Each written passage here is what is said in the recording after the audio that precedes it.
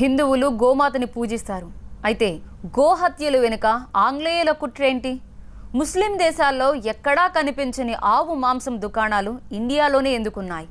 అసలు ఆవు మాంసానికి ముస్లింలకు సంబంధం ఏంటి?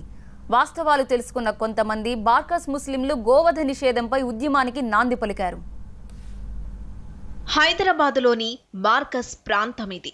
ఇక్కడంతా గల్ఫ్ సంస్కృతి ప్రతిబింబిస్తోంది. షరియల్ ప్రకారం ఇస్లాం సాంప్రదాయాల్ని పాటిస్తూ ఇండియాలో ఉన్న ముస్లింలకు భిన్నంగా చావుష్లు కనిపిస్తారు. లుంగి, తలపైనే ప్రత్యేకంగా ధరించిన క్లాత్తో ఇండో అరబ్ సంస్కృతులకు ప్రతినిధులుగా కనిపిస్తారు బార్కస్లో నివాసముంటున్న చావుష్లు. అయితే వీరు ధార్మిక విషయాలు, రాజకీయ విషయాలు, సాంస్కృతిక సంప్రదాయాల విషయాల్లో రాజీ లేకుండా వ్యవహరిస్తారు. ప్రస్తుతం హిందూ ముస్లింల మధ్య ఐక్యతకు అడ్డుగా నిలిచిన గోహత్యపై బార్కస్లోని కొంతమంది ముస్లింలు సీరియస్ ఆలోచనలో పడ్డారు. అంతేకాదు, ఓ అడుగు ముందుకేసి గోరక్షణ కోసం అరబ్ గో రక్షా దళ్ అనే సంస్థను ఏర్పాటు చేసి విస్తృత ప్రచారం చేస్తున్నారు. हम कम्युनल हार्मनी के लिए काम कर रहे हैं, जिसमें हिंदू और मुस्लिम्स के बीच में जो गैप है उसको फिलअप करना चाहिए।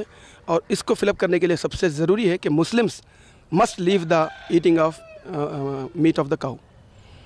इसके अलावा दूसरे जानवर खा सकते हैं आप लोग, लेकिन अगर ये चीज़ अगर हो जाएगी तो हिंदू भाइयों की जो आस्था है गाय में वो चीज़ जागेगी और मुसलमानों के लिए आदर और रिस्पेक्ट पैदा होगा और ये चीज़ कम्युनल टेंशन को रिलीज़ कर देगी।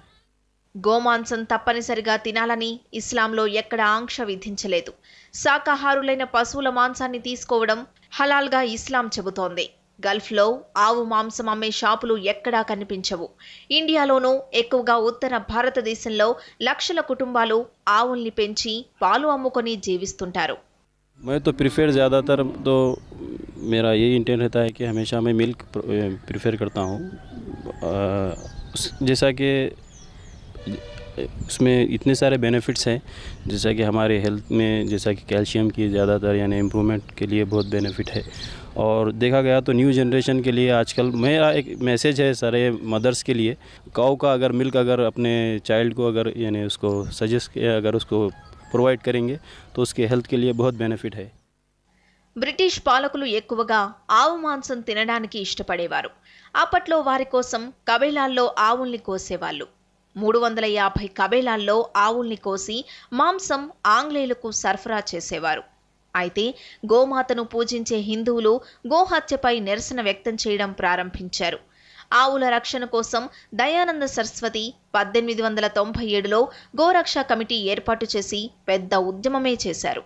అయితే ఉద్యమాన్ని ఎలా అణిచివేయాలా అని సతమతమవుతున్న గవర్నర్ జనరల్ లాన్స్డౌన్ని 1894లో విక్టోరియా మహారాణి ఈ సమస్యకు పరిష్కారం చూపుతూ ఓ లేఖ రాసింది. ఆ పరిష్కారం ఏంటంటే దేశంలో ఉన్న అన్ని కబేలాల్లో పనిచేయడానికి ముస్లింలకు ఎక్కువ వేతనాలు ఇచ్చి నియమించాలని ఆదేశించింది.